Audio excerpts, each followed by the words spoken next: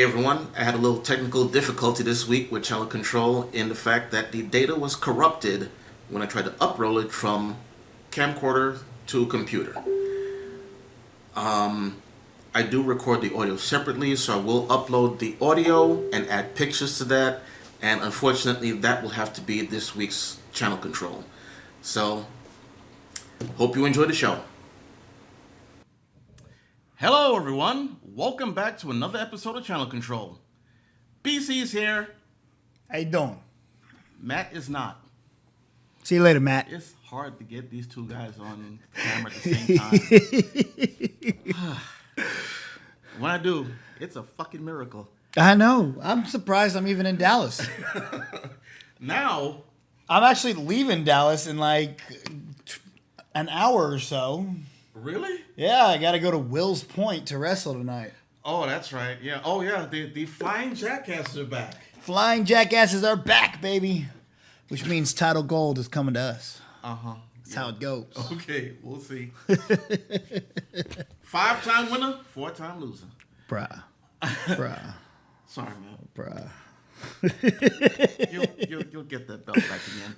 But hey, last week, was it last week? No, this week. Early this week, you did something pretty amazing. Where did you go this week? I went to L.A. For a movie premiere? No, for E3. E3? Yeah. Oh, E3. There was video games and such. And there were a lot of really long lines. So I didn't play any of the video games. Matt played all the video games. I just went to the bars. So you went to E3. You sat in at. Did you sit at any of the conferences? Or? I got into the Bethesda press conference, which was a lot of fun, man. They had an open bar and an open food bar. So I got to eat and drink, and then got to see a whole bunch of footage of their new games, which looked really cool, man. It was some pretty cool stuff. And then they had the Chainsmokers perform, who I don't really know that much, but they were pretty good. I liked them. I enjoyed them. So that was cool. And I was gonna go to EA Play so I can play Battlefront, but literally like the line was wrapped around the building. There were too many people to get in there, and so I was like, "All right, I'm not doing this. Screw this. I'm gonna find a bar." I went down to Burbank, hit up Barney's Beanery, and just got obliterated. Okay. All right. Well, you can check out all the stories or whatever stories they have from it on Cinelinks.com or where else? On all the social medias, you can find me at RealJackassBC. That's RealJackassBC. It works on Snapchat, Instagram, Facebook, and Twitter. All right. Let's go on ahead and get into today's show and talk about the stuff that be on the TVs. On the televisions. On the little TV over there, the moving pictures. And of course, this thing fucking closed down on me. Well, awesome. Well, if it helps while you're looking that up, I think your first story is Last Man Standing. Yes, Last Man Standing. Thank you very much, BC. That's what happens. So we talked about this before, that ABC had canceled Last Man Standing. And I wasn't on that episode that y'all talked about it, No. but I was really, really disappointed because I love Last Man Standing. Mm-hmm. I mentioned that on that same episode. I put it on there just because of you, and you overslept because you'd been drinking that night. And sensing a pattern. We're sensing a pattern. Okay, here. so now it's coming back. The people trying to bring it back is Country Music Television. They also saved Nashville when it got canceled on NBC, I believe. Which is another show that I really enjoy. Nashville, really? Yeah, well, I lived in Nashville for a little while, and it started while I was living there. And so I started watching it, and I really enjoyed it. And they filmed it there. And so I was like, well, I'm going to find Hayden Panettiere, and she's going to marry me because... How you doing, she girl? has to. What's going on? How you doing? I'm champion. Okay, well, the reasons why it got canceled was, one, the show was costly to produce. They were coming up on contract negotiations at some point, and the rumors was Tim Taylor wanted more money. It's actually Tim Allen. Tim Allen. I'm thinking Tim Taylor's Home Improvement. Home Improvement. Yeah. Tim Allen wanted more money, and they're already like, we're already putting this much into the show, and we're going to give him more money. So that's one reason. Yeah. Another one ABC had decided that they were going to get rid of all their Friday night comedies. So that, along with Dr. Ken, I believe, was on the same night with it. I don't know what other comedies they had that night, because I rarely watch Friday night TV. Yeah. But all those shows got nixed. Here's the odd part.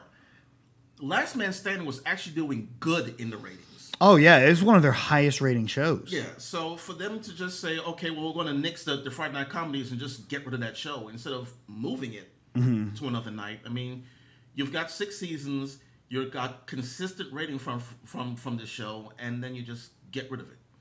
And, of course, people were attributing that to conservative views. Yeah. And we're not going to get into politics on this show. But I know you're happy for this. I am. I would love to see it again. And, shout out to CMT for reviving shows. That's awesome. Yeah. It's awesome to see now the way television is working, how a show can not be doing well somewhere. Well, it's okay. We're going to revive it and move it to somewhere else, and it can start flourishing. It kind of happened with Supergirl. Supergirl wasn't doing great on CBS.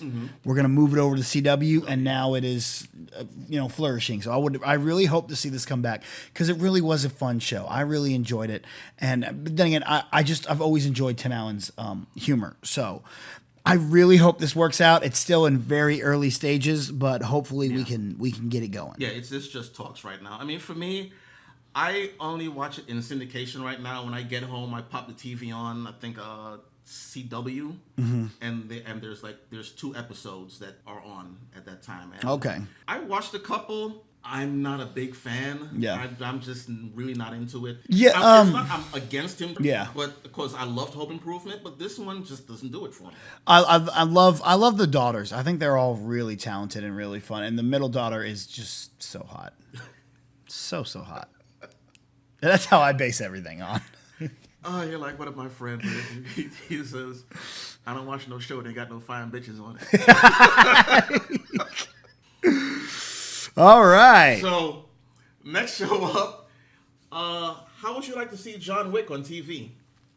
I would love to watch it. Is it coming to TNT? Is it FX movie download? Is that what we're going to do? Yeah, no, that's not what we're doing. No, that's not what we're doing. What are we doing, Rob? Well, John Wick might come to TV, but the hotel that's in the movie, where all the assassins go to and stay, the Continental, they're planning a show called The Continental, which is within the John Wick world, and what have I been saying ever since the first John Wick movie? We needed a spinoff just about that hotel, and a television is the perfect medium to do so, because you can tell different stories every single week. It can be an anthology series. Each season can be its own, kind of story, or each episode could be its own kind of story. There's so many possibilities with this. So much you can do with it. I mean, okay, last week the Chapter 2's director, Chad Stileski, spoke with The Independent about the movies and the upcoming series. We do know that Lionsgate is behind the TV series. Okay. It's just in development right now. Nothing solidified, so we don't know what channel, if it's coming out this season, next year, whatever. And that it may be a prequel, but they're throwing in so many ideas right now, no one really knows exactly what they're doing. So all we have right now is there's going to be a Continental / John Wick TV series. Keanu may make a cameo appearance on it. I'm thinking something like what Bradley Cooper did in Limitless, where he was in the first episode and then you never saw him again. Yeah, I don't need Keanu Reeves in it now. What's Ian McShane? Ian McShane, yeah. I think he needs a cameo in it. Maybe some kind of reoccurring, every 5 or 6 episodes he's on there for something. But I honestly do not need Keanu Reeves in there, because this world of assassins, the world that they have built, is so big. It does not have to revolve around John Wick. No, you can mention John Wick because he is legendary, but you don't have to. He doesn't have to be there. The other thing is, I mean, the Continental that we saw in the movie, it's the first one. That's not the only one. This hotel is all over the world in different places. So you could tell stories of a Continental in Russia or one in, I don't know, Europe or something like that, France, wherever. So, like you said, there's a whole lot of story there with so much to do with so many different characters. You could even probably pull in Agent Pilecki, who was killed in Yeah. the first movie, and do a story about her. Or do a season about how she became an assassin or, whatever. But, again, still in the works. And hopefully we hear more news about that and get some more solid information on that. Our next story, Ryan Seacrest may be coming back to American Idol. Well, it's about damn time. Matt's really going to enjoy this one. Matt's going to love this one because Matt doesn't like the idea of Idol coming back at all. Neither do I. Come on now. We know that Matt loves American Idol. It is obviously his favorite show on television. He's so excited. It has to be. I mean, we know he watches the first part where they're doing all the eliminations and to see all the bad people. Yeah, that's honestly, hilarious. Sometimes I did watch that just to see the people just screeching and hollering, and you got people like pants on the ground. Apparently Ryan Seacrest, the money wasn't right that they came to him with initially, so they upped the amount, and he's like, oh yeah, well, maybe I would love to come back. I really enjoyed doing American Idol. Before it was just like, fuck y'all. But now, when that skrill is right. When they back up that, we're just gonna dump this on your lawn. Oh well, you know what? Maybe I'll come back. I'll do it. Okay, we're just gonna get the hell away from that because it's American Idol. The showrunner Sam Akil said that he would like to have Static Shock on his new series Black Lightning, which will be coming out this fall. Mm-hmm. Now they had originally talked about doing a Static Shock live series 2 years ago, but talks about it just kind of disappeared. I'm not gonna lie, I was pretty surprised when they announced Black Lightning. Yeah, and it wasn't Static Shock. Mm-hmm. I was more expecting a Static Shock announcement eventually. And then there were all the rumors when Will Smith joined the DC universe that a Static Shock movie was coming with Jaden Smith. But I mean, if they're bringing him into TV, I don't think they're going to go the movie route at all, too. Yeah. But I am excited to see him. Well, they might, but as far as you said, with a character like Static Shock and then Black Lightning and so on, these aren't really popular characters as far as the general comic universe. I mean, people do know Static Shock. Black Lightning, I barely know. Yeah. I've heard the name. I don't know the character at all. See, and it's like Marvel had to hit their Captain Americas, their Incredible Hulks before they can do an Ant-Man, a Guardian of the Galaxy. They had to establish a track record, and DC has been unable to establish that track record so far. That's why they're still going with their big names. They still movie-wise, they still have to do those. So bringing in a Static Shock there wouldn't really work. But then on television is a perfect market for that because you can get people introduced to the character a little more. People can go, oh wait, so there was also a cartoon, and then go back and watch the cartoon of Static Shock. Yeah. That's something I've always wanted to see because I like the idea of the character. Okay. So, he also said that, well, we do know that the Black Lightning world is supposed to be separate from the Arrowverse, much like Supergirl is separate from there. They just have that bridge link thing that she can come through whenever she wants. And Black Lightning is this way, but the showrunner, Salim Akil, has also said he is very open to doing crossovers with the Arrowverse. So we're going to have heroes jumping back and forth through a portal or whatever. Honestly, I hope they don't do that. Really? Yeah. Not as far as jumping back and forth. Just put Black Lightning in the Arrowverse, in that DC TV universe. Well, this way you don't have to find a vehicle to bring him here. He's already there, but you don't have to interact with him. Mm-hmm. You're not... There's nothing that says you have to do anything. The thing I like about him possibly being on another Earth is continuity. Because when Arrow first started, it was just Arrow. It was just him. He was the only one doing that. And there was no mention of others. The Black Lightning lore, how they're portraying it, is he had been Black Lightning for a long time. People knew the hero Black Lightning before he retired. And so then it goes to say, well, we'll go back. How come there were no comparisons ever drawn? And that's even, there's no reason to draw comparisons. But still, to me, I'm like, okay, well, since he's been around and no one has spoken of him ever in the in the Arrow Earths, I like the idea of him being on his own. Being a separate thing. Yes. Okay. And I like the idea of expanding the Earths. More Earths means more possibilities. And that way you don't have to worry about, well, if Black Lightning's having some kind of problem, well, why doesn't he just call the Flash real quick? Well, because he's on a different Earth. He can't get there. That, you know, it's a little different. That's one of my problems with Arrow is because every time I'm like, you know, Arrow, you could really solve this problem very quickly if you just call Barry for just a second. Like, he just needs to rush in real quick, and he could do that. You know, so that's one of my issues with Arrow, as much as I love Arrow, and I love it.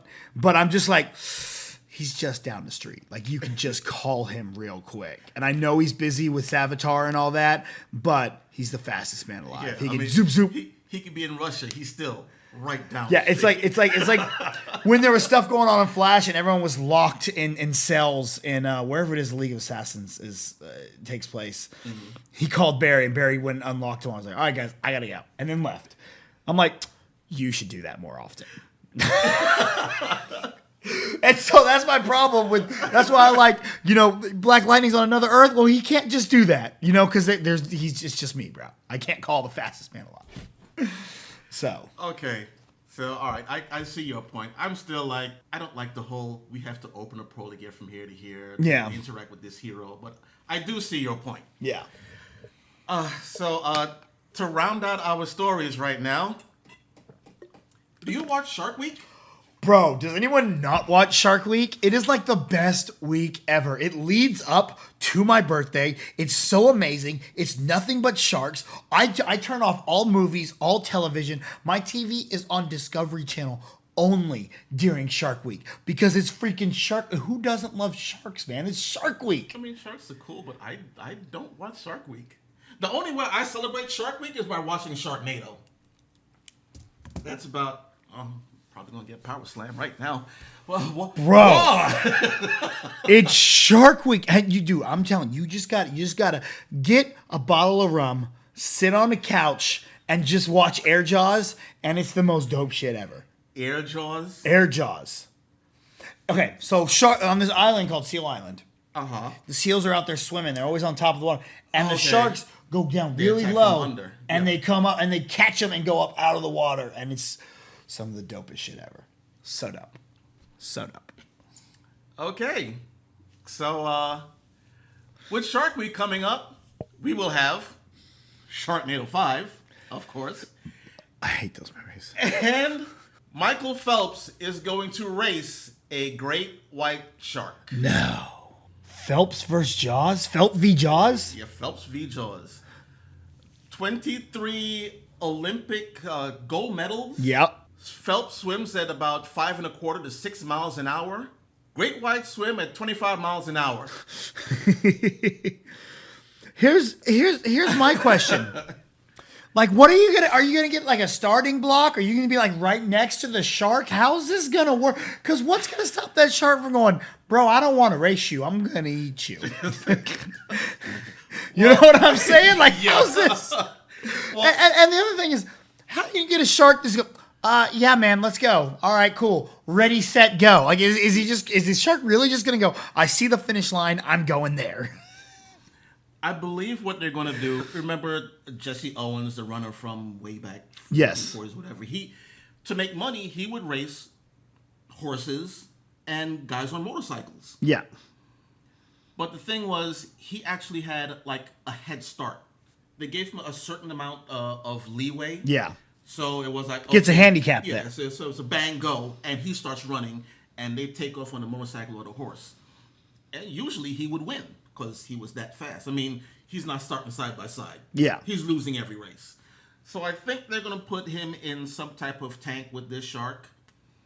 The shark will be separated from him, I guess, like a lane. Yeah. Or something like that. And he'll be ahead, so the shark is just going to go, oh, food. Or they could just drop a bloody fish into the tank at the other end. Yeah. And then the shark will just zoom after it, I'm assuming. Good. It'll be very interesting to see how they plan it out and how they do it. The thing that worries me is, the last couple years, I think they've been running out of shark documentaries, and they've been airing some mockumentaries. Like they had they had one that they portrayed as real about the megalodon. Okay. And then if you watch carefully at the very end during the credits, in very itty bitty tiny writing, it says that this was not a true story. This was not a real documentary, and that everyone in here was actors.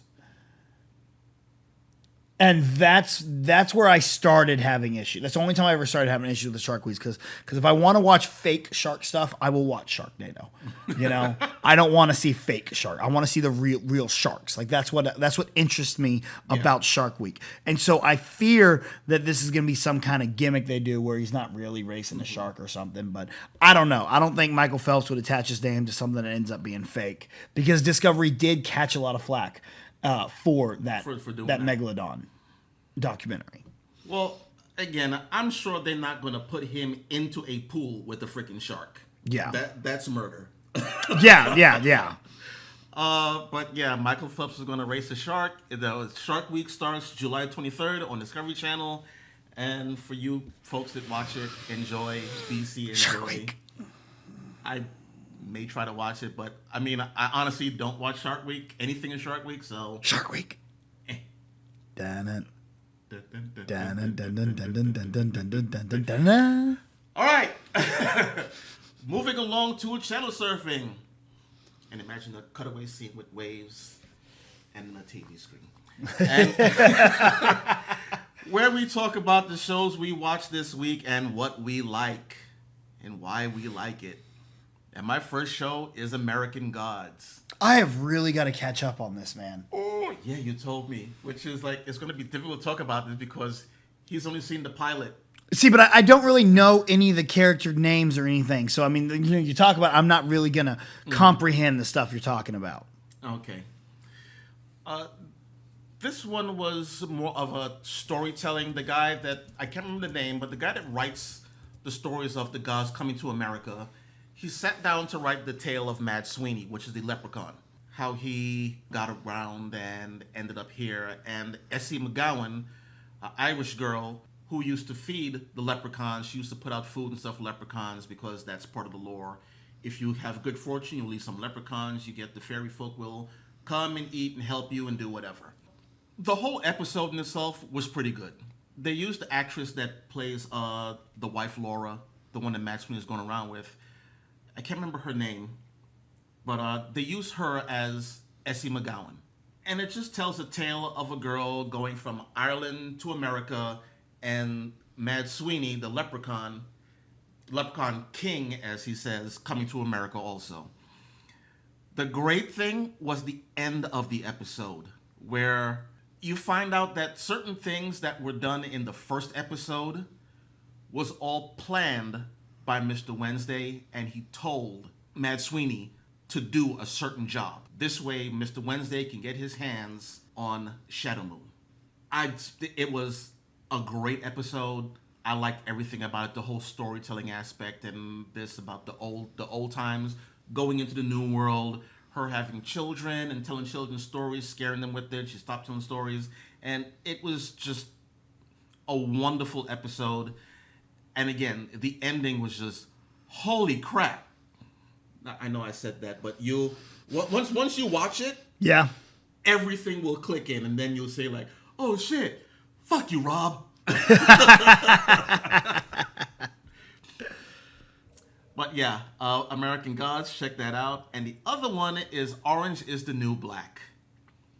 I don't watch that either. I know you don't. You have no desire to watch this one, do you? I just never got into it, and I still don't feel much of the need. Okay. Well, everyone says it's good. It's nothing against it. It's just not one that I was immediately like, I need to go watch this. Mm-hmm. And there's so much stuff that I have to watch right now. 9 times out of 10, if it doesn't have a superhero in it, I don't have time for it. So. Well, this is a TV series done by the lady that did Weeds. Yeah. I watched Weeds and I loved Weeds. Weeds was a great TV show, except for the last season. They kind of strayed heavily in that one. However, I know I've mentioned this before that I got sick of Piper by season 2, and I'm glad that they pulled the focus of this whole series away from her and started touching on every character within the show. This season, well, last season, you know that Daya had got a gun from one of the officers who brought a gun into the prison where they're not supposed to have guns. And there was a prisoner takeover. So this entire season was the whole riot going on. There was nothing but the riot. So I don't know exactly how much time passed within it. Maybe a couple of weeks, something like that. But you really got to. I mean, they really dug into a lot of these characters a lot more. Like Red when she was a lot younger. There's this one lady that hangs with Red, the one with tattoos. I can't remember her name, but she does the odds and ends stuff that Reg wants. If she needs something cleaned up or taken care of, she goes to this woman. And apparently they showed her as a Girl Scout. All the Girl Scouts thought that she was weird, but they showed her in her Girl Scout uniform, and she was out in the woods with her father. Okay. And her father gave her something to drink, and she passed out. And he left a knife and I think a can of tuna or something like that on a rock, and he left her out there. It was basically find your way home. So this girl had to take this knife, this can of tuna, and she did all kinds of stuff. I mean, she had the tuna for a meal. Then she took water with a leaf and a pin and put it on a leaf to make a compass and all that. And she is essentially, you find out that she is a survivalist. You don't find out why she got into prison, but you find out like what she's like earlier, which explains something that happens in the series. Yeah. Where she has a secret bunker within the prison that's just hers. Where she's got all this. It was almost like a freaking doomsday cave thing or something. So, okay. Yeah, I mean, they really open up a lot of the characters, and you get to feel for them. And there's a cliffhanger in the end where you don't know if people are just going to die. Gladly, they didn't show it to me, because last season when they killed Poussey, I was like, you motherfuckers. God damn it, why'd you kill her?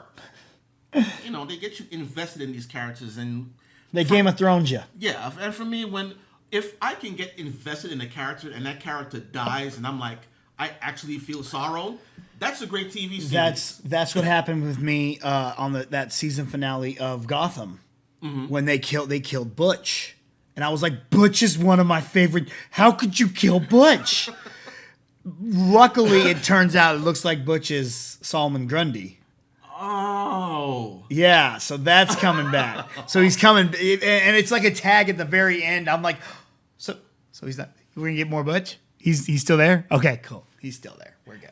Sweet. It looks like he's gonna be the big bad for season 4, which is exciting. So, yeah, that was my 2, American Gods and Orange is the New Black. If you like weeds, you will like Orange is the New Black. If you like comic books, chances are you're going to like American Gods. Yeah. I watched the pilot, and it was okay, but it didn't really, like, suck me in or pull me into it. I hear you. The first 2 episodes to me were pretty slow. And that's how most shows are. You have to give a show. I have a rule: 3 episodes. All right, because pilots suck. They're like, look at all this stuff we have. We have these people. They do things. This is what this character does. That's what a pilot is. The second episode is kind of trying to find footing, and the third episode is when you find out if you're going to like it or not. So I have that rule, the 3-episode rule. I just haven't had the time to watch the next 2 episodes. That's true. Yeah, see, because it's not one I can just turn on and do things. That's one you got to sit there and watch. Yeah. So, see, for me, right now I give a lot of shows 1 episode because I watch way too much stuff. So I don't got time to waste. Yeah. On 3 episodes. And again, you said that the first episode, the pilot episode is usually, and they're just introducing stuff. They're trying to throw everything at you. But also the pilot episode is the one they put the most money into. Yeah. So the pilot episode is the one they're trying to hook you with. Yeah. If you can't hook me on the first episode, well, see, because if I only would have watched the first episode, the pilot of Arrow, I never would have stuck on the show. Because the pilot of Arrow, I saw it and I was like, this is terrible. This is too much parkour and stupid stuff, and this is not Oliver from Smallville, so I don't like this guy. It's not Smallville. It honestly wasn't until like the 5th episode, because I kept on, I just kept going, and it was the 5th episode that I was still like, this is so stupid. Oh, that was cool. That's interesting. Okay. All right. It started sucking me in there. All right, you got me. Go ahead. So. All right. So your shows, BC? Well, I only have one because I've been out of town. I haven't been watching a lot of stuff. I've been very, very busy. But the episode what I have is a certain episode of Rebels. Because I'm binge watching Rebels. I'm trying to get ready for season 4. I thought you were done with that. I am not done. I am halfway through season 3. I'm on season 3, episode 15, Trials of the Dark Saber, which is an episode where Sabine has to take up the Mandalorian dark saber, and everyone's trying to convince her that she can lead the Mandalorians, even though she has left her family and left the Mandalorian life behind her. Oh, Sabine is the bounty, the one that wears the yes, Boba Fett? yes, She's the Mandalorian. yes. Okay. And God, it really gets into her character, and it really fleshes out who she is and what she's been through, and it's an amazing episode. It was so good. It really sucked me in, because every now and then they'll do like stupid little knick-knack episodes that I don't like, but then they do something like this that is so driven and so emotional and really brings you in, and it really gives heart to the character. And I already love Sabine as is. She's one of my newest favorite Star Wars characters. And so they really fleshed her character out and made you see what she's all about in this episode. And you get to see that what's going to happen is she's going to become that leader that we want her to be. You could see it in her. We could see that even though she's conflicted about it because of her past with Mandalore, it's really interesting to see. And I think the writers did a great job at pulling that out. And they do, and especially that this is a Disney cartoon. Like it's on I don't remember the Disney Kids or something. I don't know what it is, but it's an amazing episode. So good. I cannot wait to finish this series. I'm almost done. I've only got like 5 more episodes to go, and I'll be done. So you've already done Clone Wars, Rebels. Now, how did you watch Rebels? You went through Amazon? Or Amazon, yeah. I actually I have a buddy of mine's Amazon account, and he bought them all. Oh, okay. So right, well. yeah, it is a pain in the ass that you cannot watch it anywhere else unless you have to buy it. Yeah, well, you can watch it on Disney XD, but they only have like 2 or 3 episodes. Yeah, they don't. You can't get caught up. You can only watch the most recent episodes. So, which is what I'm going to do as the season when the new season comes. I'm going to watch it there. But yeah, Netflix, you need to get in the ball and get Rebels on there. Which is what's weird because doesn't Disney own Netflix? No, they have a big deal with it.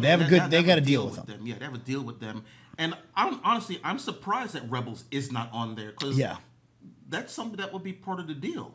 Yeah. Because from what I understand, when they made this deal, it was any Disney shows were going to be funneled to Netflix. Yeah.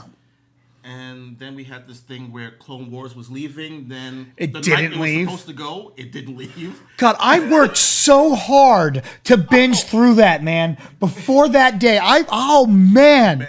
You were in the chat just this Star Wars. I gotta watch Clone Wars.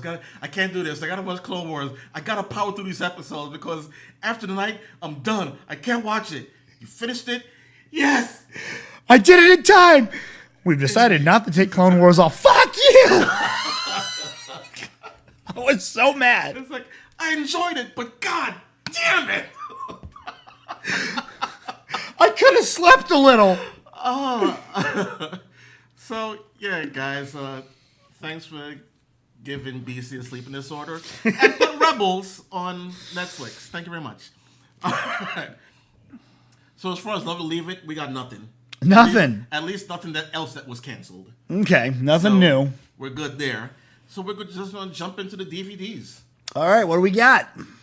These series that we have on DVD for this week will be Colony Season 2. Sci-fi show that I have not watched. I haven't seen it either. So we'll move right along. Incorporated, Season 1. I saw the first 2 episodes of this on the Sci-Fi Online. It was an okay TV series, but I could see that it would not last. Okay. It was just it was slow.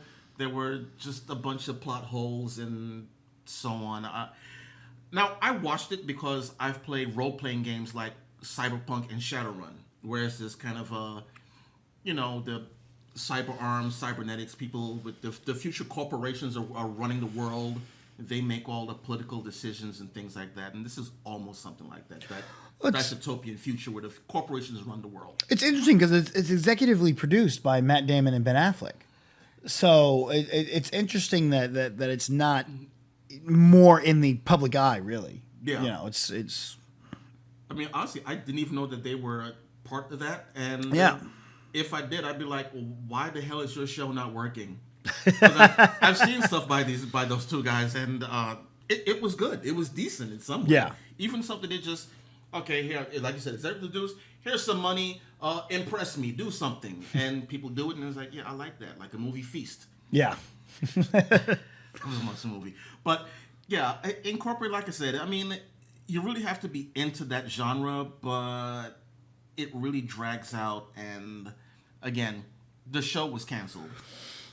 So, moving along, we've got Workaholics, the final season or the complete series.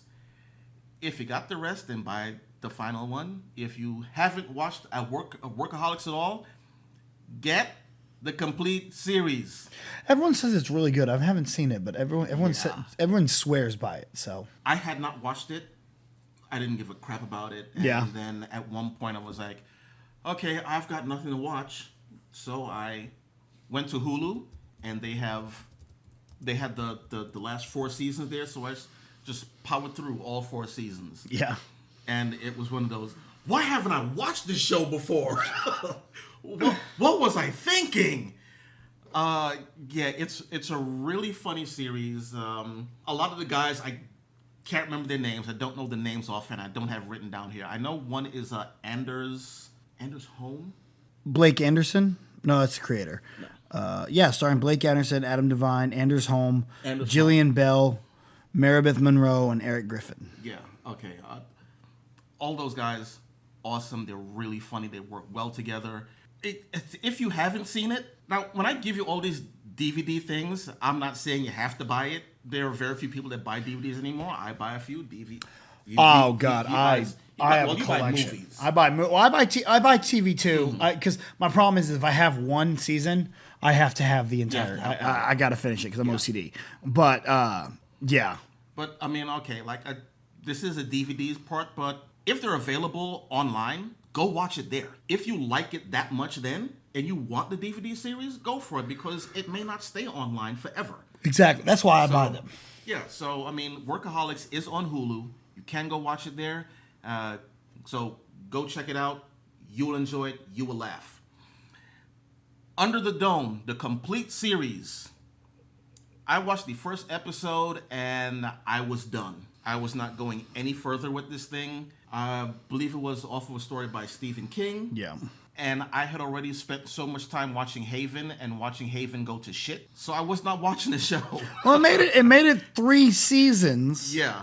So. I mean, so someone liked it, but I did not. Yeah. As far as finding this online, I believe the only place you will find this is on CBS All Access. And whether they have all the episodes, I do not know. Because you have to pay for it. Mm-hmm. I usually don't go to CBS All Access that much. Once in a while to watch Big Bang Theory. But, yeah, fix your shit, CBS. I really would love to actually watch The Big Bang Theory. But I'm not going to pay for CBS's streaming service.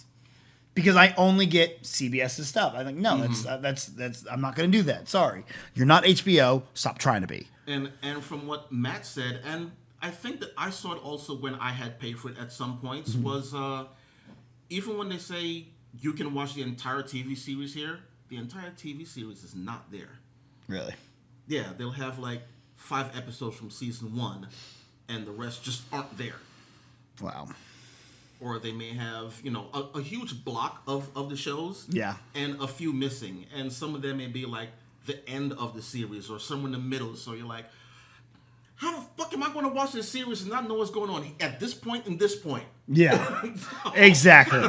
So you're spending $7 a month for mediocre service.